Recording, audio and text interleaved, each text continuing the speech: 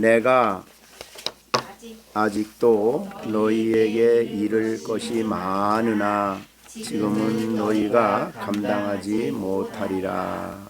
그러나 진리의 성령이 오시면 그가 너희를 모든 진리 가운데로 인도하시리니 그가 스스로 말하지 않고 오직 들은 것을 말하며 장래일을 너희에게 알리시리라. 그가 내 영광을 나타내리니 내 것을 가지고 너희에게 알리겠습니다. 무릇 아버지께 있는 것은 다 내 것이라. 그러므로 내가 말하기를 그가 내 것을 가지고 너희에게 알리시리라 하였노라. 아멘. 오늘은 이제 12절부터 조금 다른 각도에서 말씀을 하시는 부분이 26절까지 계속되고 있습니다. 자, 오늘 지난번에는 성령이 오셔서 이 세상을 책망하는 세 가지 책망에 대한 말씀을 하셨고, 오늘은 제 사도들에게 성령이 하실 일에 대해서 말씀을 하시고 있습니다. 자, 우선 12절을 보면 내가 아직도 너희에게 이를 것이 많다. 그러니까 사도들에게 아직도 할 말이 혹은 말씀해 주실 진리가 예수님에게는 많이 있다. 그런 뜻이죠. 그래서 제자들이 주님의 그런 어떠한 말씀, 주님으로부터 받아야 할 말씀은 사실은 얼마나 풍성한지 모릅니다. 그래서 예수님에게는 지혜와 지식의 모든 보화가 무궁무진하게 감추어져 있습니다. 그래서 골로새서 2장 3절에 보면 그리스도 안에는 지혜와 지식의 모든 보화가 감추어져 있다. 그래서 예수님은 하실 말씀이 많습니다. 그래서 사도들에게도 할 말이 엄청 많습니다. 오늘날 우리에게도 그렇겠죠. 그런데 그렇게 하실 말씀이 많음에도 불구하고 말을 하지 못하겠다는 겁니다. 이게 제자들의 수준이죠. 왜 못합니까? 지금은 너희가 감당하지 못하리라. 그러니까 주님은 너무나 많은 할 말씀이 너무너무 많이 있지만 제자들이 자신이 하는 말을 도무지 받아 이해할 수 없기 때문에 감당치 못하기 때문에 말을 못하겠다. 이런 말씀을 하셨습니다. 우리가 그 앞에서 여러 가지 간단히 생각해 보면 예수님은 아버지께로 간다라는 말씀을 했을 때 제자들은 그 말이 무슨 말인지 몰랐죠. 감당도 못했습니다. 그들은 유대주의적인 메시아관에 사로잡혀 있기 때문에 예수님이 그들을 떠난다거나 예수님이 죽으면 절대로 안 되는 겁니다. 그래서 예수님이 하시는 죽음에 대해서 또 부활하신 후에 아버지께로 간다는 이 진리에 대해서 그들은 감당을 못했습니다. 이해를 못했죠. 그것뿐만이 아니고 그들이 고난당한다거나 또 그들이 이 땅에서 내가 떠난 다음에 보혜사가 오신다거나 사실 우리는 지금 이미 오신 성령의 감동으로 이 말씀을 듣지만은 그 당시에 제자들은 이 말을 들으면서 무슨 말씀을 하나 가신다고 하고 또 누굴 보낸다는데 이게 도대체 뭐냐 감당을 못했습니다. 그러니 예수님은 사실은 사역 초기에도 예수님의 십자가의 죽으심에 대한 얘기를 안 하셔요. 왜 그랬습니까? 감당을 못하는 거예요, 얘기를. 그래서 오늘 본문에도 그 얘기를 하시는 겁니다. 내가 아직도 너희에게 할 말이 너무너무 많다. 이것은 뭐 교리적인 문제뿐만 아니고 또 그들이 앞으로 교회를 섬겨나가고 교회를 세워나가고 교회의 기초를 놓고 또 어떻게 해야 되는 많은 이야기들이 너무너무 많은 거예요. 그런데 지금 너희가 감당하지 못한다. 우리 수준을 좀 높여야 되겠어요.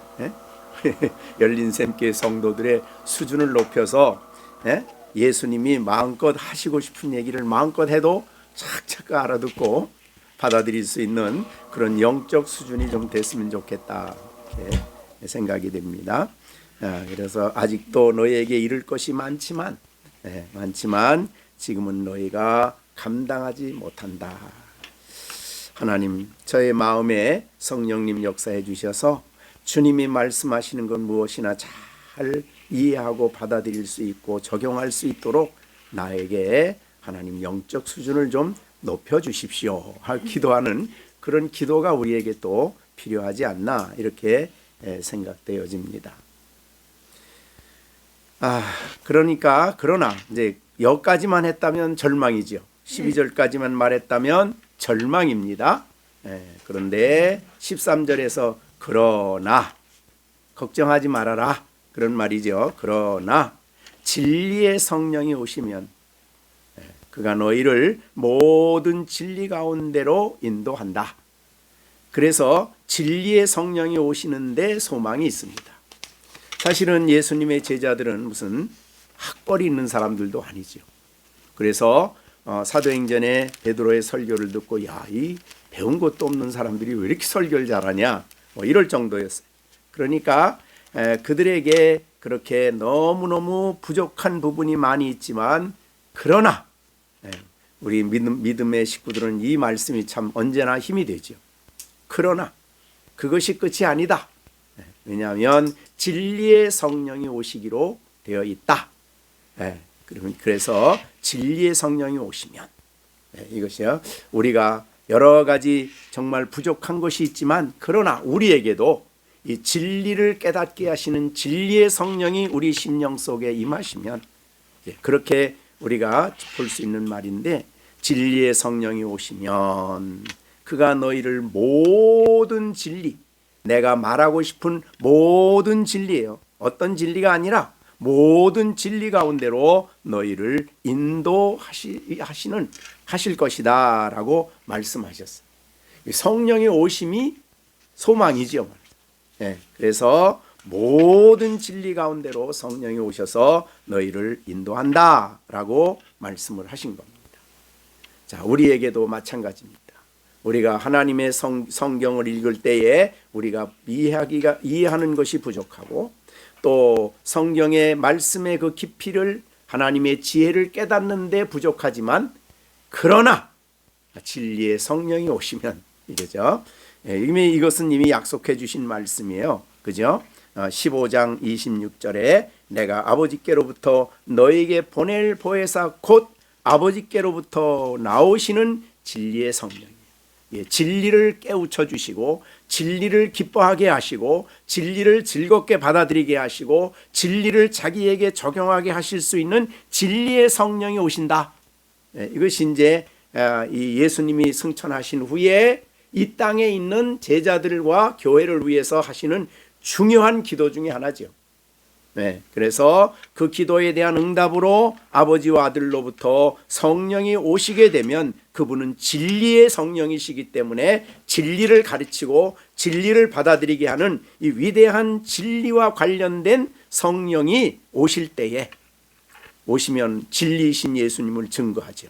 그가 나를 증언한다. 그 말은 예수님이 진리시니까 진리를 알게 하고 진리를 증거하는 일을 그분이 하신다, 이렇게 얘기해 줬거든요. 그러니 너희는 지금은 감당하지 못해서 다 이 얘기를 못하지만, 그러나 걱정하지 말라. 너에게 진리의 성령이신 보혜사를 내가 보내줄 것이다.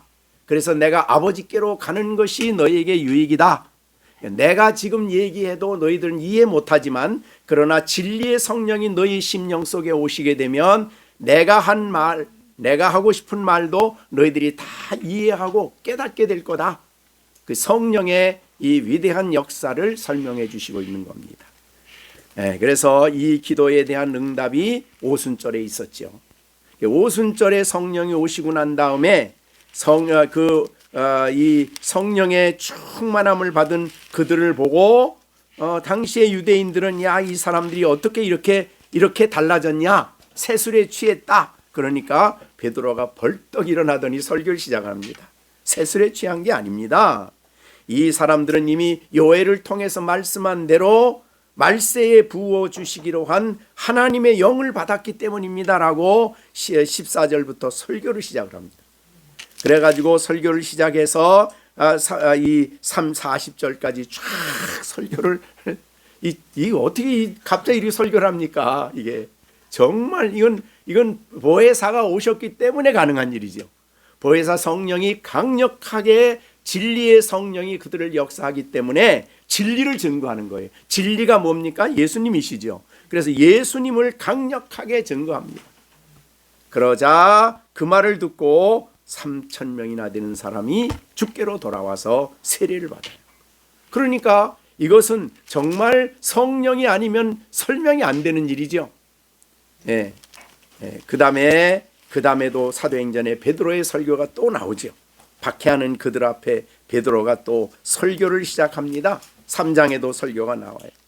그래서 11절부터 쭉 설교를 시작을 해서 예수님을 설교하는데 아브라함, 이삭, 야곱부터 올라가서 설교를 쫙 시작을 하는 거예요. 그러니까 이것을 보고 있던 사람들이 깜짝 놀란 거죠. 예? 어떻게 이런 무식한 사람이 이렇게 설교할 수 있느냐 이렇게 된 거예요. 그게 누구라고요? 하나님의 성령이 그들에게 부어졌다. 그래서 성령이 오시면서 그들을 진리 가운데로 인도했기 때문에 그들이 입을 열어 진리를 증거하고 있다. 그 진리는 바로 하나님 예수 그리스도시다. 이렇게 얘기를 한 거예요. 그래서 13절에 그러나 이것이 사도행전을 설명하는 길이고, 그러나 성령이 오심이 바로 사도행전의 하나님 예수님의 제자요 교회들이 이 땅에서 복음을 전하는 그 열쇠가 바로 이것이었어요. 이것이 바로 진리의 성령이 오시면이라는 말이었습니다. 그런데 지금 우리는 어떻습니까? 우리도 진리의 성령이 우리에게 오시면, 그렇죠? 이미 우리에게 오셔서 예수를 증거해 주셨기 때문에 우리는 예수를 나의 구주로 믿게 된 거예요. 그죠? 예수님을 진리의 성령이 증거해 주셨기 때문에 예수님이 나를 위해서 죄인된 나를 깨닫게 하고 죄인된 나를 알게 하시고 그 죄를 담당케 하시고 죽으신 그 예수를 이해하게 하고 받아들이게 하는 거죠. 이건 전부 다 진리의 성령만이 하실 수 있는 일이에요. 그래서 우리를 진리 가운데로 인도한다. 이 유명한 예수님이 십자가에 못 박히시기 전에 예수님을 앞에 두고 이 빌라도 총독이 뭐라 그럽니까? 진리가 도대체 뭐요? 이렇게 진리를 눈앞에 두고도 몰라. 이게 진리가 도대체 뭐냐? 이해를 못하는 거예요. 진리가 눈앞에 있는데. 그러나 성령이 우리들 마음속에 역사하면 바로 이 진리이신 예수님, 이 구원자이신 예수님, 그리고 예수님 안에 있는 모든 그 진리들을 우리가 믿음으로 받아들이고 아멘으로 고백하고 내 주님으로 영접하게 되는 것입니다. 그것이 바로 우리 성령이 하시는 일이다. 그래서 여러분들이 예수 믿은 걸 그냥 우연히 내가 어쩌다가 믿었다 생각하면 안 돼요. 성령이 인도하셔서 여러분이 믿게 된 것이다. 이게 바로 성령의 역사지요. 위대한 성령 하나님이 내 안에 오셔서 진리의 성령으로 내 안에 오셔서 역사하신 결과다. 그렇게 볼 수가 있습니다. 그래서 모든 진리 가운데로 인도한다. 다만 십자가뿐만이 아니고 모든 진리예요. 그래서 우리가 어떻게 이 하나님이 우리를 구원하시기로 했는지, 구원의 계획과 그리고 이 땅에 어떻게 신앙생활해야 되는지, 하나님의 교회가 뭔지, 이런 모든 진리에 대해서 성령이 우리를 인도해 가신다. 그 진리로. 그래서 우리가 진리를 알게 되는 겁니다. 여러분, 오늘도 우리가 성경을 대할 때나 신앙생활할 때나 중요한 사실은 기도의 제목이죠. 왜 그랬습니까? 예수님께서는 누가복음 11장 13절에 그런 약속하셨지요. 너희가 갈지라도 좋은 것을 자식에게 줄 줄 알거든 하물며 너희 하늘 아버지께서 구하는 자에게 성령을 주시지 않겠느냐, 이 얘기를 하신 거지요. 그래서 그렇기 때문에 우리도 제자들이 이 말씀을 듣고 사도행전 1장에 기도하기를 전혀 힘썼던 것처럼, 무슨 기도예요? 약속하신 보혜사를 보내주시기로 진리의 성령이 오시기를 기도했던 것처럼 우리도 성경을 읽을 때나 하나님 말씀을 대할 때나 예배를 준비할 때나 진리의 성령이 우리에게 기름 부어지도록, 진리의 성령이 우리에게 오셔서 깨닫게 해주시도록, 알게 해주시도록 그렇게 우리가 기도하는 일이 필요하다, 그렇게 여겨집니다.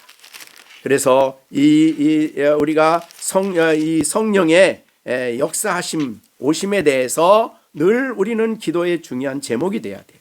요한일서 1장 27절에 너희는 주께 받은 바 기름 부음이 너희 안에 거하나니 아무도 너희를 가르칠 필요가 없고 오직 그의 기름 부음이 모든 것을 너에게 가르치며 또 참되고, 그의 가르침이 참된 겁니다. 거짓이 없으니 너희를 가르치신 그대로 주 안에 거하라.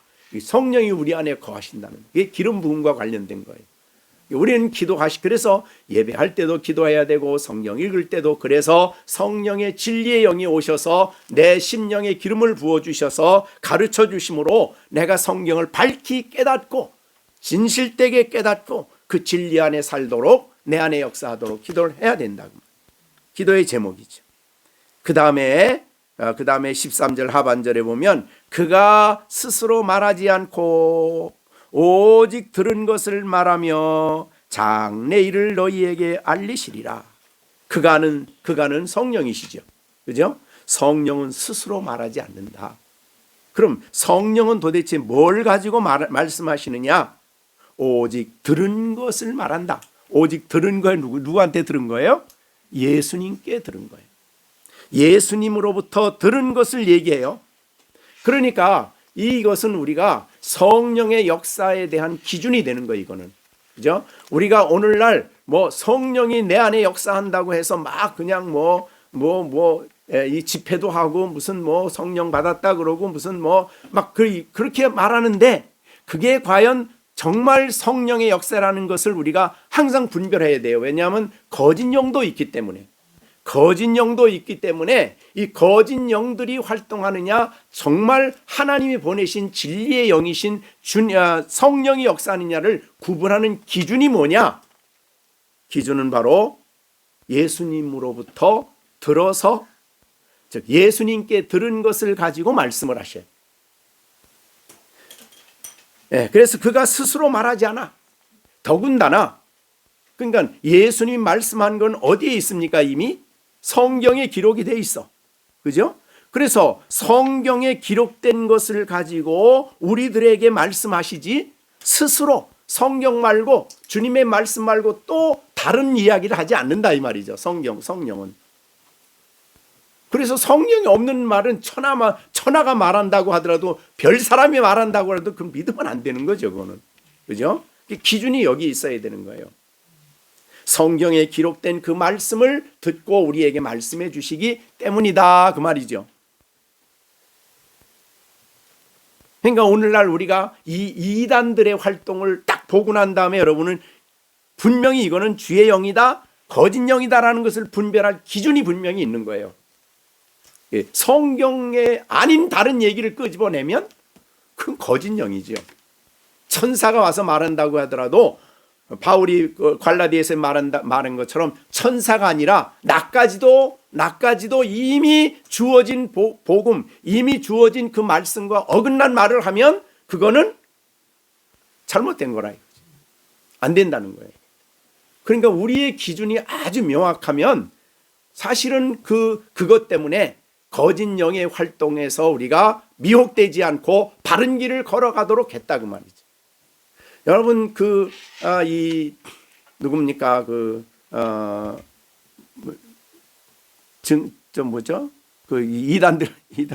여호와 증인 말, 그건 많이 지나갔는데, 지금 신천지 운동 같은 것도 그렇잖아요. 그 집회하는 거 보셨죠? 딱 집회하면 완전히 그 이만희는 옷 입은 것까지도 하나님 노릇을 해. 옷 입은 것까지도 다.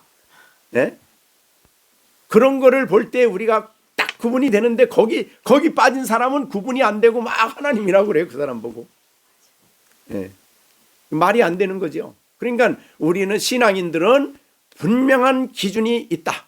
그 기준은 바로 성경에 없는 어떤 말을 하더라도 그건 우리가 받아들이지 않는 거죠. 성령은 이미 들은 말씀을 말하는 것이에요. 네, 성경을 통해서 들려주신 그 말씀을 가지고 우리들에게 진리를 가르치시고 이거를 깨닫게 하시는 일을 하신다 그 말이죠. 그래서 그는 스스로 말하지 않는다. 그러니까 성령은 또 다른 종교를 만드는 분이 아니에요. 또 다른 진리를 가르치는 분이 아닙니다. 이미 주어진 진리를 가르치는 분이에요. 네, 그래서 스스로 말하지 않고 오직 들려준 것, 성경에 기록되어 들려준 그것을 말하며, 또 한 가지는 장래일을 너희에게 알리리라 그랬습니다. 그래서 이 장래일을 알리는 건 뭐냐면은 바로 신약을 기록하는 권능이에요. 자, 이 사람들이 있을 때는 신약이 기록이 없었어요. 신약은, 그죠? 그리고 예를 들면 요한계시록 같은 거는 전혀 없었잖아요. 근데 앞으로 될 일을 그들을 통해서, 성령을 통해서 기록해 주신 거예요. 그러니까 신약에 있었던, 그러니까 지금은 신약에 있는 말을 예수님이 다 할 수 있었던 거예요. 근데 그거를 하지 않은 것은 감당을 못하니까 하지 않고 있다가 성령을 보내주셔서 장래 일에 대해서, 교회가 일어날 일에 대해서, 앞으로 일어날 예수님의 재림과 관련해서 되어질 모든 일들을 너에게 알려주신다. 이것은 사도들에게 주어진 특권입니다, 사실은. 그래서 성경을 쓸 수 있는 권한은 사도 외에는 없는 겁니다. 여기에 있는 사람들. 그래서 캐톨릭에서 성경과 성경 말고도 오늘날도 하나님이 그의 말씀을 준다 그래가지고 이 교회 전통을 하나님 말씀과 똑같은 권위로 주장하는 것은 잘못된 것이라고 말이죠. 성경은 사도들, 그래서 우리는 사도의 직분을 그래서 단회직이라고 그러죠. 단회직이란 말은 12사도 외에는 다른 사도가 없다는 거예요. 사도는 뭐가 특권이 주어지냐면 장래일을 말할 수 있는 특권이 주어진 거예요. 그 사람들이.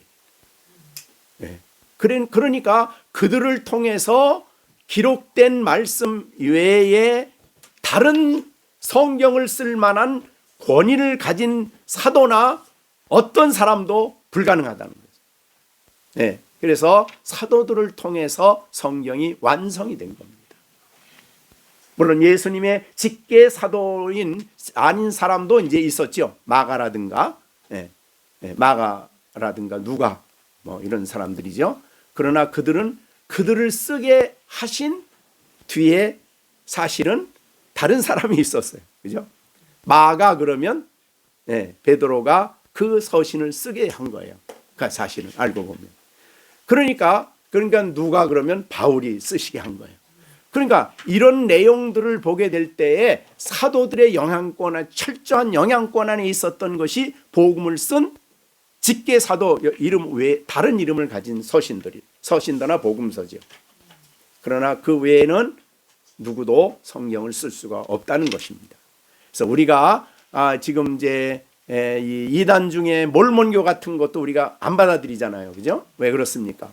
그들은 성경과 같은 권위를 가진 몰몬경이라는 성경이 따로 있어요. 그래서 몰몬교를 창시한 그 사람이 광야에 들어가서 자기가 계시를 받았다 그래가지고 쓴 게 몰몬경이에요. 그럼 우리는 그러니까 성경 외에는 어떠한 것도 하나님의 말씀으로 용납하지 않습니다. 여기 바로 이 말씀 때문이에요. 들은 것을 말하며 장래일을 너에게 알리는데 이거를 말할 수 있는 사람은 사도들뿐이 없는 것입니다. 자, 그런데 지금 사도의 위치에 자기를 둔 것이 이제 대표적인 것이 캐톨릭이죠. 그래서 캐톨릭은 1대 교황이 베드로고, 그 다음에 나머지 지금 뭐 몇십 대 뭐 어쩌고저쩌고 해가지고 그거 한 이유는 그 교황의 말에 권위를 주기 위해서 베드로를 1대 교황으로 갖다 끌어다 놓은 거예요. 그죠? 베드로는 자기가 교황이란 말을 안 했어요. 성경엔 교황 제도가 없습니다. 그런데 자기들이 만들어 놓고 그 권위를 주려고 하다 보니까 베드로를 일대 교황으로 만들어 놓은 거죠. 거짓말이죠. 사실은 알고 보면 그 엄청난, 지금 우리 이 지구상에 엄청난 권세를 가지고 있는 교황, 그죠? 교황과 그 교인들을 생각하면 불쌍하게 한이 없는 거예요, 사실은. 네? 거짓 것을 믿고 저렇게 영원한 멸망에 갈 줄도 모르고 거짓 것을 믿고 살아가고 있으니까 얼마나 불행한 것입니까? 자, 그러면 여기에 사도권에 대한 중요한 말씀이 장래일을 너희에게 알린다 그랬습니다. 그런데 이제 우리는 어떠냐? 우리는 장래일을 이제 말하려고 하면 큰일 나죠. 우리는 안 되고 이미 말해놓은 이 장래일을 성령이 우리에게 알게 해주시는 거예요. 이해시켜 주시고 받아들이게 해주시는 거예요. 그래서 우리가 성경에 보면 예수님의 재림과 관한 여러 가지 말씀, 계시록에 있는 말씀들을 우리가 받아들이는 이유는 바로 그것이 성령이 우리 안에 역사한 결과입니다. 그래서 하나님의 말씀을, 그러니까 사도들이 기록한 그 말씀은 성령이 기록하게 하셨는데, 성령이, 동일하신 성령이 우리 안에 감동을 주시고 감화를 주셔서 그 말씀을 받게 한다 그 말이죠. 그러니까 성령이 없는 사람들은 계시록을 보면 이게 말도 안 되는 얘기하는 거예요 지금, 그죠? 이게 무슨 말이냐 이게? 왜 이 세상이 얼마나 잘 될 것 같은데 그냥 완전히 다 불로 다 끝나버린다 그러니 얼마나 기가 막혀요. 없습니다. 그런 성경의 가르침은 그대로 이루어질 것을 믿음으로 우리는 받아들이는 이유는 우리 안에 누가 그렇게 역사를 하냐면 진리의 성령이 역사하기 때문입니다. 자, 그러면 그 다음에 14절입니다. 그가 내 영광을 나타낸다. 그가는 누구예요? 성령이시죠. 성령이 내 영광을 나타내니 그랬습니다. 성령은 자기의 영광을 드러내는 분이야. 자기를 영광스럽게 드러내질 않아요. 성령은. 그리고 성령은 오직 예수님의 영광을 드러내요. 예수님의 영광. 이 영광은 뭐냐? 자, 대표적인 예수님의 영광을 밝히 보여준 것 중에 하나가 변화산에서 예수님의 영광이 보여졌어요. 변화산에서. 어떤 모습이죠? 변화산에서 얼굴이 광채가 나고 온 몸이 광채가 났어요. 그걸 나중에 베드로가 베드로 후서를 쓰면서 뭐라 그랬냐면 바로 재림이다. 재림에 대한 재림하실 예수님을 미리 보여준 거다 그랬어요. 그러니까 영광을 보여준 거죠. 재림의 영광. 재림하실 때 어떤 분으로 이 땅에 오시느냐. 이 예수님 성령은 재림하실 예수님의 영광을 우리에게 보여주시는 거예요. 그걸 성경에 많이 기록을 했죠. 자, 예수님, 그런데 여러분들은 믿는 사람들은요, 성령이 우리 안에 오셔서 예수님의 영광을 나타낼 때에 그걸 그대로 받아들인 적 믿죠? 그 성령이 하시는 일이라고. 자, 그래서 예수님이 재림하셔요. 우리 알지요? 믿어요. 근데 어떤 모습으로 오실까요? 변화산에서 통해서 보여주셨는데 모든 천사들과 함께 앞서간 성도들을 다 데리고 영광 중에 이 땅에 와서 하늘과 이 땅에 아담 이후로 존재하는 모든 인간에 대한 심판이 이루어지는 재림이에요.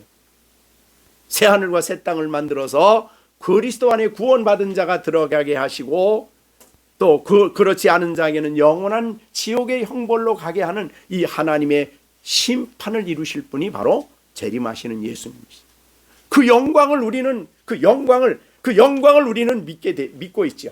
그죠? 그래서 그 성령이 오시면 예수님의 재림하시는 예수님의 영광을 우리에게 나타내셔요. 그래서 우리가 믿고 믿게 돼요. 그 다음에 또 어떤 영광이겠습니까? 예수님의 중보자의 영광을 우리에게 보여주셔요. 중보자. 지금도 하나님 우편에 계셔서 우리를 위해서 변호하시고 우리의 중보자로 우리를 위해서 기도해 주시고 아버지로부터 모든 은혜가 또 성령이 우리에게 오시도록 하는 그런 중보자. 하나님과 우리 사이의 중보자지요. 이것은 바로 이제 요한복음에 제일 먼저 창세기에서 보여준 것이 야곱이 베델에서 보았죠. 하늘의 영광을 보여줬는데 사닥다리가 있었어. 그 사닥다리에서 오르락내리락 천사들이 오르락내리락 하는 걸 보여줬는데 요한복음 1장에서는 그게 바로 사닥다리가 바로 예수님이다. 그래서 하나님과 우리의 유일한 중보자다. 그렇게 우리에게 성령이 가르쳐주는 거예요. 그러니까 우리는 그 성경을 보면서 예수님의 중보자로서 하나님이 세우신 유일한 중보자죠. 다른 중보자는 불가능하죠.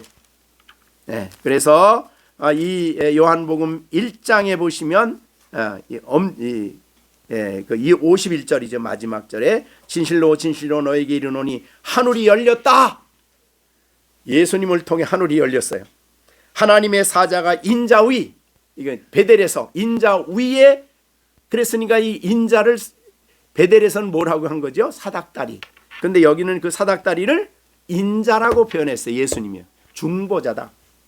그래서 예수님은 하나님이시면서 동시에 사람이시기 때문에 중보자예요. 사람은 하나님과 인간을 중보할 수 있는 분은 예수님밖에 없는 거예요. 이 땅에 어느 누구도 자기가 중보자 역할을 할 수가 없어요. 자, 그래서 우리는 기도할 때도 중보자를 통해 기도하잖아요. 그죠? 하나님의 모든 은혜는 중보자를 통해서 우리에게 오지요. 그래서 이 중보자의 영광이에요.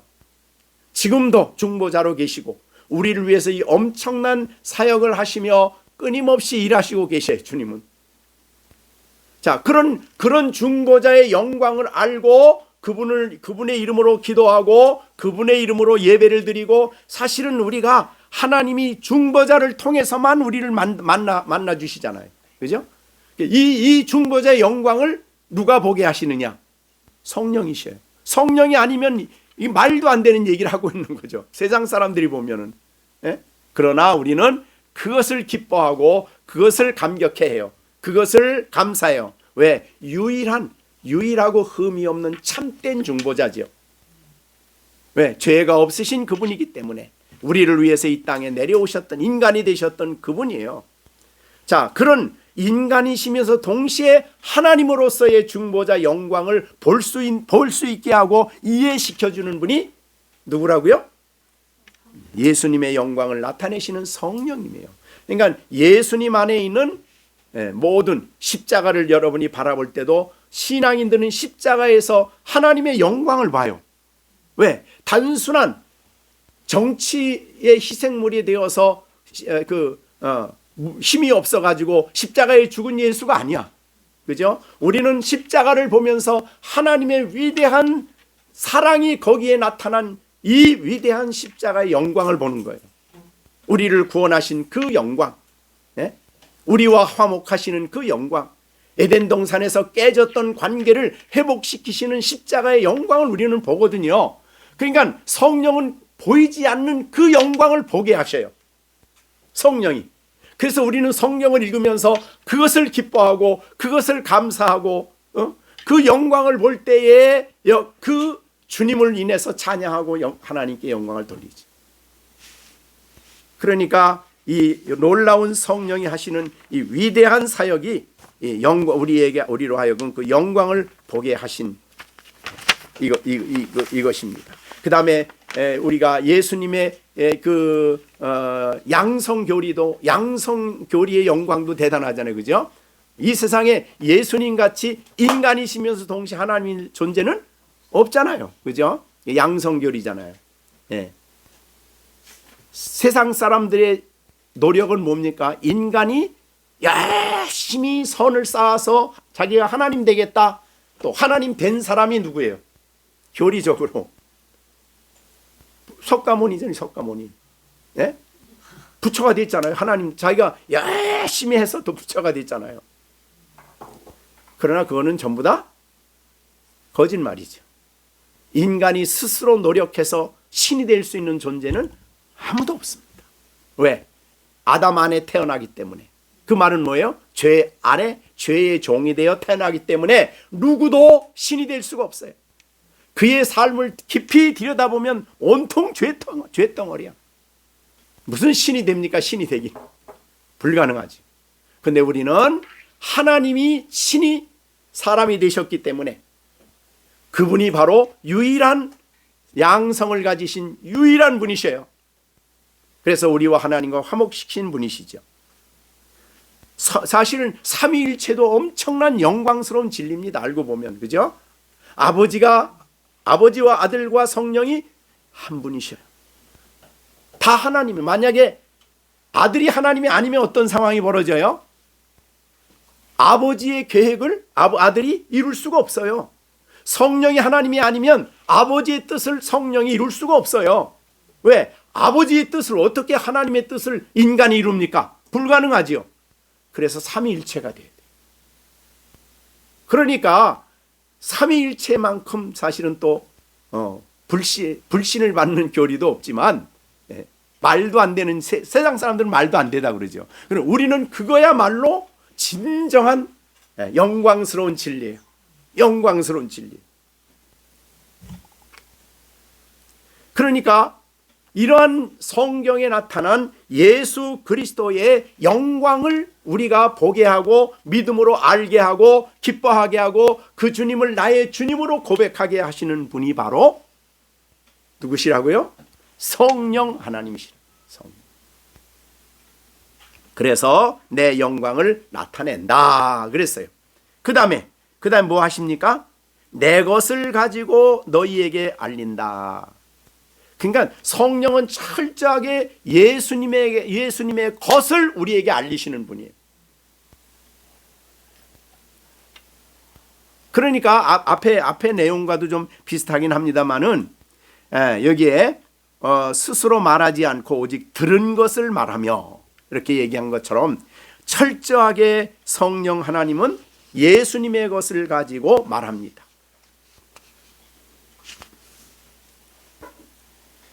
그래서 성령이 충만하다는 말은 다른 말로 표현하면 예수님 충만이에요. 예수님을 사랑한다. 예수님을 마음속에 모시고 예수님을 기뻐하고 예수님을 찬양하고, 이게 바로 성령 충만과 관련되는 거예요. 항상 성령의 역사는 예수님을 높이고 예수님을 찬양하고, 그런데 예수님은 또 예수님한테 가보면 또 아버지를 찬양하고 아버지를 높이고 내게 있는 거 다 아버지 거다 이렇게 얘기하면서 모든 걸 아버지께 돌리죠. 삼위일체의 특이한 방법입니다. 길입니다. 내 것을 가지고 너희에게 알린다. 주님의 것이 아니면 다른 말로 하면 성경이라고 볼 수 있죠. 신구약 성경이 아닌 다른 별것 가지고 얘기해도 우리는 받아들이면 안 되는 거죠. 신앙 문제에 있어서는. 이것만큼 사실은 위대한 게 없는 거죠.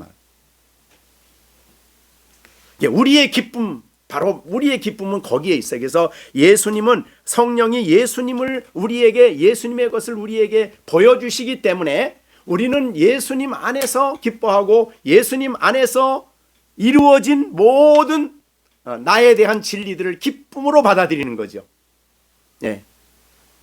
예수님의 것을 가지고, 사실은 우리 자신을 보더라도요, 하나님은 철저하게 그리스도 안에서 우리를 만드셨죠. 그런데 이 그리스도 안에 있는 우리를 나라는 것을 이해시키고 증거해 주는 분이 성령님이셔요. 또 그러니까 예를 들자면 나는 하나님의 자녀다. 어떻게 자녀가 돼요? 그리스도 안에 있기 때문이죠. 성령은 그것을 내게 증거해 주셔요. 예수님의 것을 가지고 내게 이루어진 일을 알리워 주시죠. 내가 의인이잖아요. 근데 어떻게 의인이 됐어요? 이것도 그리스도 안에 있어서. 왜? 그리스도가 의인이니까 그리스도 안에 있는 사람도 의인이야. 이거를 우리에게 알리워 주신 거예요. 그리스도 안에 있는 우리를. 그러니까 예수님의 것을 가지고 우리 안에 이루어진 영광스러운 진리들을 다 우리에게 확신시켜 주시고 알리워 주셔요. 그래서 성령이 오시면 우리에게 하나님을 누구라고 부른다고 그랬어요? 로마서에서 아버지라. 그게 성령이, 우리가 그리스도 안에 있기 때문에 그리스도 안에서 우리가 자녀됐기 때문에 성령이 알려주셔서 내가 그것을 확신을 가지고 확증을 가지고 아버지 하나님, 하나님 아버지라고 부를 수 있는 거죠. 자, 우리가 기도합니다. 그럼 여러분이 기도하는 자리는 사실은 어떤 자리냐, 어떤 자리예요? 하늘이라 그랬죠. 에베소서에 보면 그리스도가 하나님 우편에 계신 것처럼 너희도 그리스도 안에 어디에 있다고 앉아 있어요? 하늘에 앉아 있다 그랬잖아요. 그럼 우리가 기도하는 자리는 바로 하늘이야, 하늘. 이게 엄청난 일이죠. 그걸 알려주신 분이 성령이라. 자, 우리가 에베소서 한번 보세요. 에베소서 2장이죠. 에베소서 2장. 자, 에베소서 2장 6절입니다.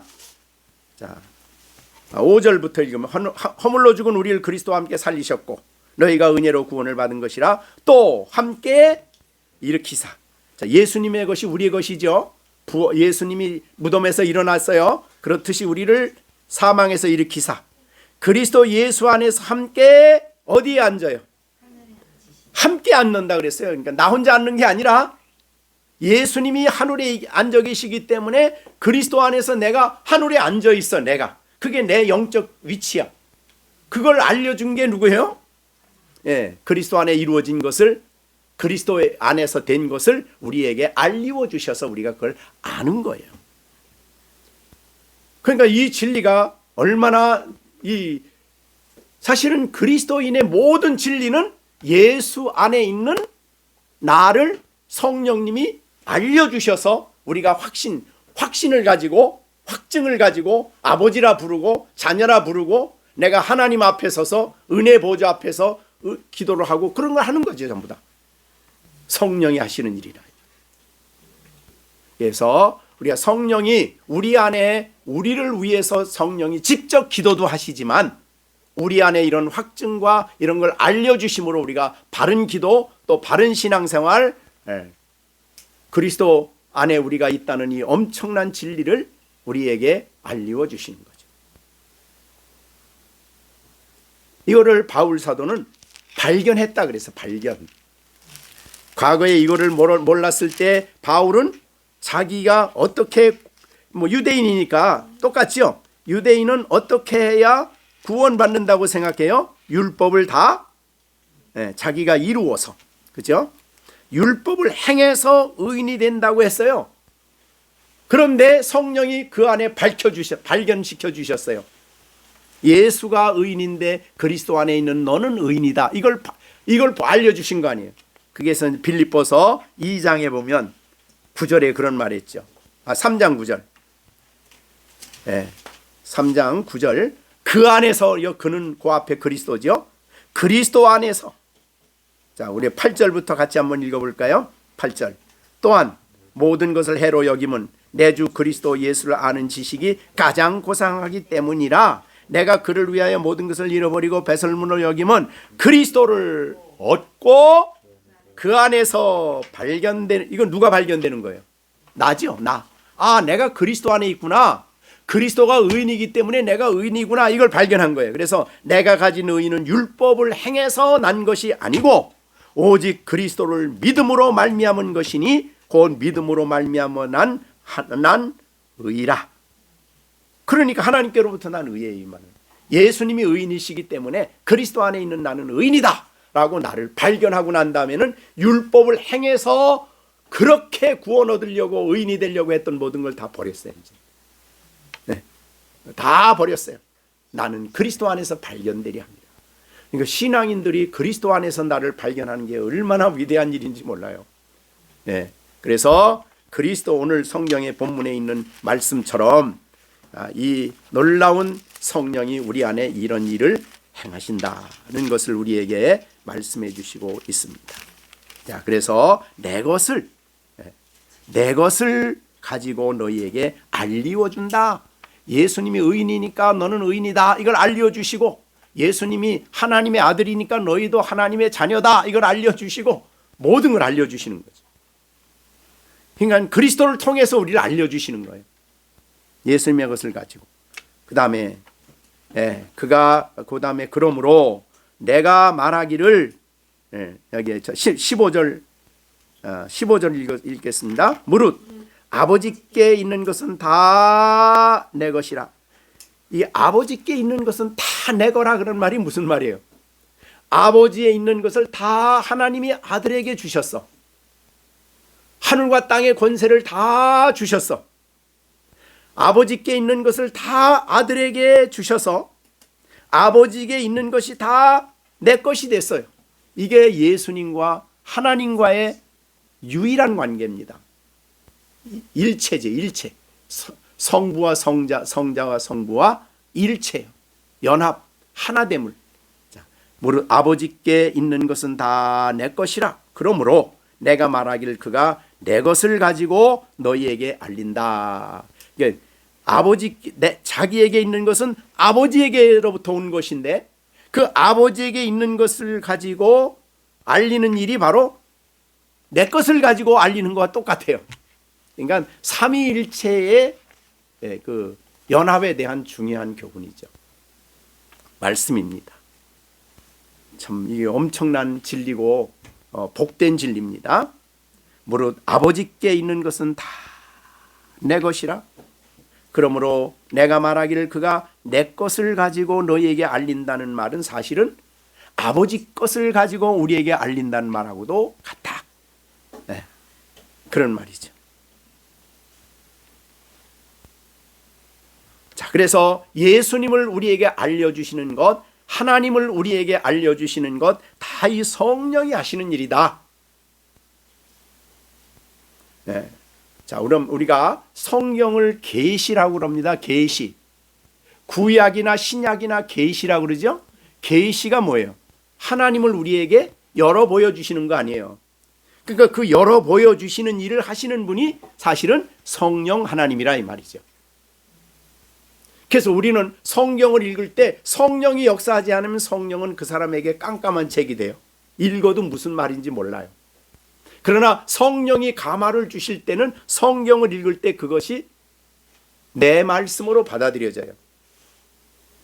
이것이 이제 여기에 15절의 말씀이다. 그러니 이제 아버지께 있는 그 엄청난 지혜와 엄청난 진리를 사실은 예수님에게 있어요. 근데 그 진리를 지금 예수님이 다 제자들에게 말을 못해. 그런데 왜? 감당을 할 수 없어. 그런데 이제 그들이 감당할 수 있게 된 때가 와. 그게 뭐예요? 보혜사 성령이 그들에게 오실 때예요. 그래서 예수님은 이제 이 말을 하시고 더 이상 많은 말을 하지 않으셔요. 왜냐하면 오순절 이후로 넘기신 거죠. 그래서 오순절에 보혜사 성령이 그들에게 오심으로 말미암아 제자들은 정말 다른 사람들이 됐어요. 그 진리를 알게 되고 말하지 않아도 영광스러운 하나님의 세계를 보게 되고 주님의 영광을 보게 되니까 너무너무 얼굴이 달라졌어. 그래가지고 저 세술에 취했다. 예수님이 그들의 기쁨이야. 그들의 만족이야. 예수님으로 있어서 더 이상 바랄 게 없어. 이런 사람이 된 거죠. 그 얼굴이 달라지고. 자, 우리가 여러분이 모세가 하나님의 산에 올라가서 40주 40일 동안 이 금식을 하고 그리고 하나님 말씀을 받고 산에서 돌판을 가지고 내려올 때 얼굴에 뭐가 났어요? 아니 40주 40야 굶은 사람이 무슨 광채까지나. 이 광채는 세상 광채가 아니죠. 그 사람도 육신이 요새도 육신인데 40주 40야를 굶었으면 얼굴이 다 살이 없어져 가지고 뼈만 남아야 돼. 근데 광채가 났어요. 사실은 겉으로 뼈가 남았을지도 몰라요. 살이 다 빠져. 그러나 그에게는 세상에 다른 것으로 설명할 수 없는 하나님의 영광의 광채가 그에게 있었던 것이에요. 그렇듯이 이제 우리도 예수님을 통해서 성령이 가르쳐 주시는 이 진리들을 통해서 예수님 안에 있는 영광을 알고 예수님 안에 있는 진리를 점점 깨달아갈 때에 우리의 마음속에 감격이 있고 만족이 있고 기쁨이 있으니까 그게 광채로 나오는 거예요. 광채로. 그래서 우리의 기쁨은 예수님이셔요. 그래서 우리가 이제 빌립보서에서 너희는 항상 기뻐하라, 주 안에서 기뻐하라. 너희가 주 안에 기뻐하라가 뭐예요? 너희가 예수 안에 있는 것 때문에 기뻐하라. 다시 말하는데 기뻐하라. 그거는 지금 빌립보 성도는 박해 속에 있었어요. 바울 사도도 지금 로마의 감옥에 있었어요. 근데 나는 이 감옥에 있으면서 기쁘다. 뭐 많은 좋은 옷 입고 막 배 터지게 먹고 뭐 실컷 먹어서 기쁜 게 아니에요. 그의 기쁨은 하나님 자신이었어요. 주님 자신이었어요. 그거를 알게 해주신 분이 누구라고요? 성령이셔요. 그래서 그 기쁨을 가진 거예요. 성경을 읽으면서 말씀을 보면서 그는 성령의 감화로 예수님의 영광과 그리스도 안에 자기를 깨닫고 난 다음에 그 안에 있는 나를 깨닫고 그 주님을 깨달았을 때 기쁨이 있고 감동이 있고 만족이 있는 거예요. 다른 데서 더 이상 다른 데서는 만족이 없어요. 오직 우리의 만족은 하나님께 있다. 그분이 나를 이처럼 사랑하시는 그 사랑의 영광을 보았을 때, 그분의 위대한 이 다스림의 통치의 영광을 보았을 때, 지금 우리가 세상 돌아가는 꼬라지가 볼품이 없지만 그러나 분명한 것은 하나님의 통치와 다스림 속에 이 세계가 있는 거예요. 그걸 보니까 우리는 세상 사람과 다르게 생각하는 거예요. 그래서 기쁜 거예요. 그래서 소망이 있는 거예요. 하나님께 소망을 두고. 자, 그래서 우리는 성령의 감화와 감동이 우리 안에 성경을 가르쳐 주시고 예수님을 알려주시고 그리스도 안에 있는 나를 알려주실 때 그 안에서 찬송하고 감사하고 기뻐하고 즐거워하고. 우리가 부활하신 예수님 우리 눈에 안 보이죠. 근데 성령이 보여주시니까 부활하신 예수님으로 즐거워하고 기뻐하고.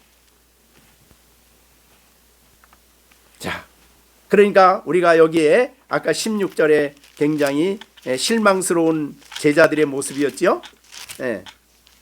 실망스러운 제자들의 모습은 또 우리의 모습이기도 하죠. 그죠? 너에게 이를 많이 있지만 지금 너희가 감당하지 못하겠다 이렇게 했던 우리들인데 하나님이 성령을 보내주셨어요.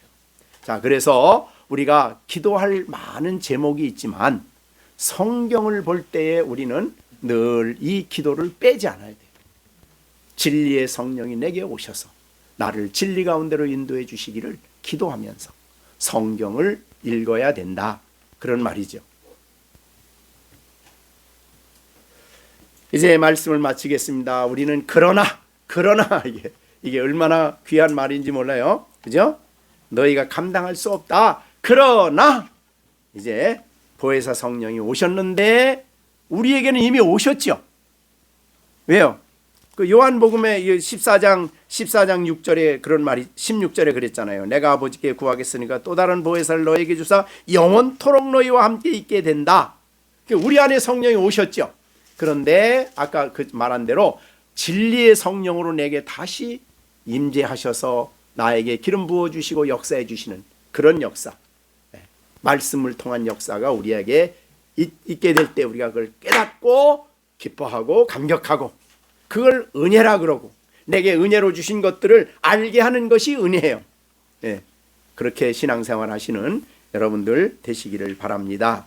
진리의 성령이 여러분 안에 계셔서 활동할 뿐만 아니라 우리가 또다시 아버지의 뜻을 이루시기 위해서 나에게 진리의 성령으로 오셔서 우리에게 기름 부어 주실 때 우리 안에 역사하시는 성령의 이 내재하시지만은 아버지로부터 보내서 오시는 그 성령의 부으심이 우리에게 있기를 위해서 기도하며 신앙생활하는 여러분들이 되시기를 바랍니다. 성령은 하나님이셔요. 그죠? 하나님, 하늘과 땅을 창조한 분이셔요. 성령은.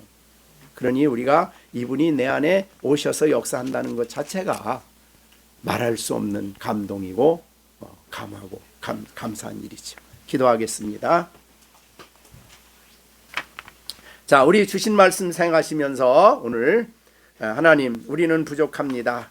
주님이 주신 말씀을 다 감당치 못하는 그런 무지하고 하나님의 지혜 앞에 무력한 자지만 그러나 진리의 성령이 오셨사오니 또 우리에게 진리의 성령으로 오셔서 우리를 새롭게 해달라고, 특별히 우리 열연샘 교회에서 자라는 우리 시령이 또 시온이, 시준이, 또 시완이 하나님의 진리의 성령이 어려서부터 세례 요한은 뱃속에서부터 성령이 충만했는데 우리 아이들 마음속에 진리의 성령이 역사하셔서 아이들을 새롭게 하시고 하나님의 듣는 말씀이 그 마음에 새겨지게 하시고 하나님의 놀라우신 영광을 어려서부터 믿고 살아가는 아이가 될 수 있도록 모태에 있던 우리 귀한 세례 요한이 예수님이 오는 걸 보고 기뻐했던 것처럼 우리 아이들이 예수님을 기뻐하는 아이들로 자라갈 수 있도록 세상과 다르게 성장해 갈 수 있도록 하나님 앞에 우리가 기도해야 되겠습니다. 참 짧지만은 다 같이 잠깐 기도하겠습니다.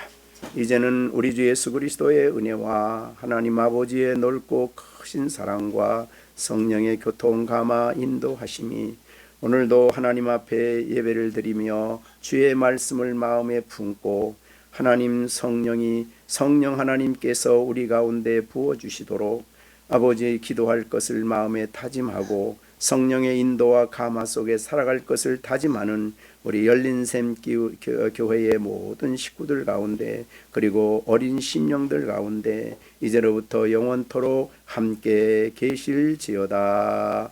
아멘.